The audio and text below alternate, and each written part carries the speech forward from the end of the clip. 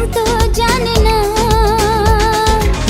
মনই জানে যে কার নাম মনেতে লেখা আছে, কেউ তা জানে না।